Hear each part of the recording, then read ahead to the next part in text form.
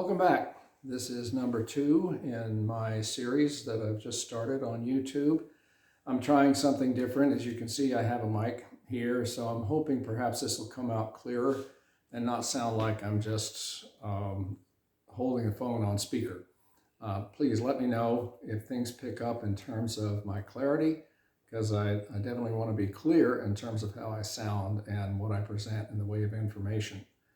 So today I wanted to talk about picking a guitar, and I think that's really so basic to what we do in the way of making music. I started off with a nylon string acoustic that my sister taught me to play. My mother took me to a teacher, and I grew up in Houston, and the guy wanted to teach me things like, I want to drink my Java from an old tin can. I mean, it's like I was listening to Elvis. I wanted to do Blue Suede Shoes, Love Me Tender, You Ain't Nothing But a Hound Dog, and he just didn't meet me where I was. So that pretty much crushed my effort until my sister picked up on things, rest her soul, and I learned some chords, and took that to college. When I was in college, I became part of a band, which I really enjoyed, and I was determined to find something that would work for me that wasn't too expensive. Now, folks, this is 1967, 1968. You could go to 42nd Street in New York City, and you could find, there must have been a dozen music stores in 2 blocks. And so I got to try some things on. I ended up with a Yamaha Red Label. I think it was a 350, but I didn't know any of that. All I knew is that it felt right, it had a nice sound, and the price was right. So I didn't have anything of what I might have needed to know at the time, but I think, don't worry about that. What I would advise you to do is go look around. And there's this temptation, of course, to grab the first thing you pick up, and that's it, and you go with it. Stop right there and back up and make sure. You want a guitar that's going to have a nice sound. I won't say you'll want a guitar. I think you'll find it helps you better to find a guitar that has a good sound and good action. When you're playing it, you want to be able to move up and down that fretboard. It's helpful to be able to do that. You can get the best sound out of it. If the strings are too high, you'll never want to play it. It's no fun. It's a lot of pressure. If the strings are too low, it buzzes. It shouldn't be like that anyway if you're buying in a store.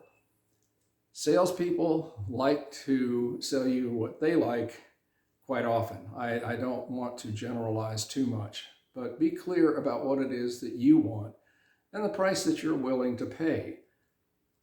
You're going to be able to buy another guitar at some point that perhaps suits you better, but start with something that helps you to want to play. That's really important. The more you play, the better you'll get at it. And for anybody who's beginning, I remember the C chord was just about all I could manage.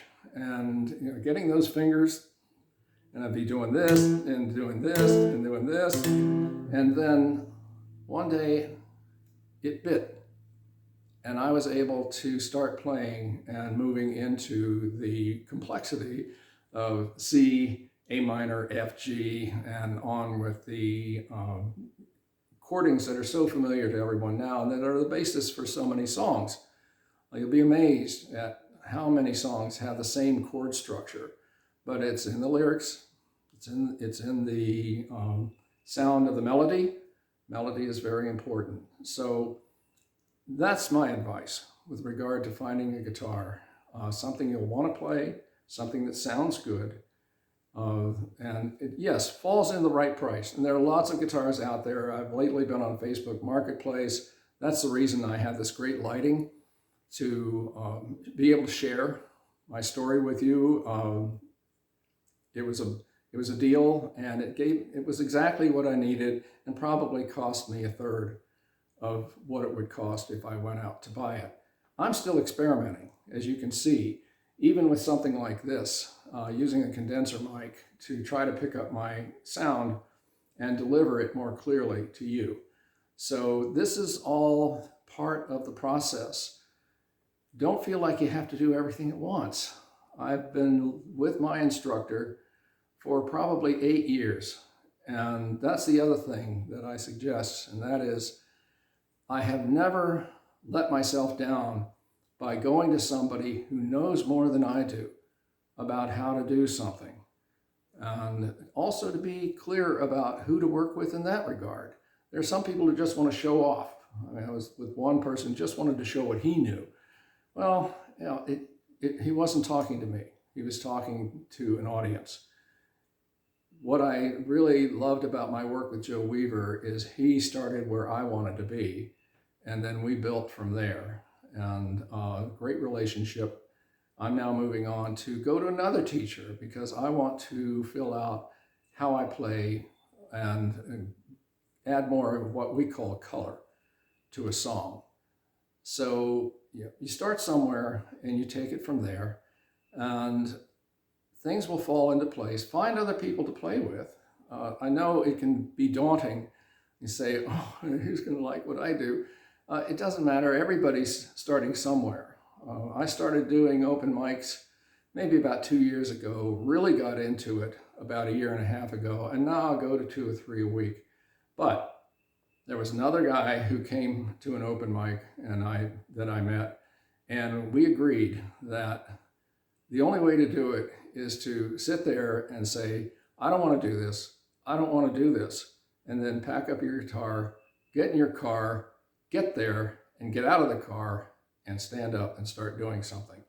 It is a challenge, absolutely, but you'll meet people who are where you are, you'll meet people who are ahead of you, and if they're really with you, they'll join you in it and affirm what you're doing. So that's sort of the evolution of getting out there to play. Find the right guitar, start finding somebody to teach you that will help you develop yourself and what you like. That's really important. And then start making yourself known and finding your way through the art and joy of singing. So I'm going to keep it at that. I'm trying to keep these brief, but trenchant.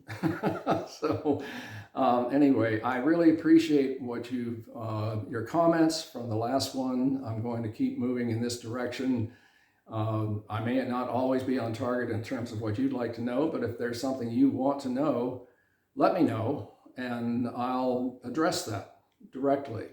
So I'll be talking about recording a little bit next time, and we'll look into that, how that can work, and how that can really add so much to what you do. So take care. Good to be with you again. See you soon.